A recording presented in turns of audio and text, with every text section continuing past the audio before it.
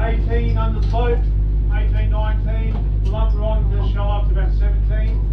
The main feature's straight behind the boat there, so drop off the lump behind the boat and you go into the big gully between the two lumps. It's a really nice sponge garden with lots of soft sponges and soft fans and stuff in there.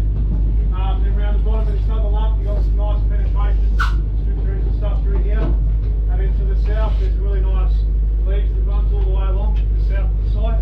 And it just comes along and then drops off, and then it's got a big shelf underneath sort of thing. It's all pretty hiding under there. 50 bar, and you probably get about 30-40 minutes depending on where you spend your dive on the dive site. Be aware of the boat traffic. We're a little bit closer to the transit line out to the island, so just be aware of that. You'll get more of your big predatory stuff out here, so mackies and tuna and toothfish, that kind of stuff. It's really good for crays. No one else really comes here, so probably hasn't been dived since the last time I was here. So it's fairly sort of untouched and not too scared of humans. When you're ready guys, you can jump on in.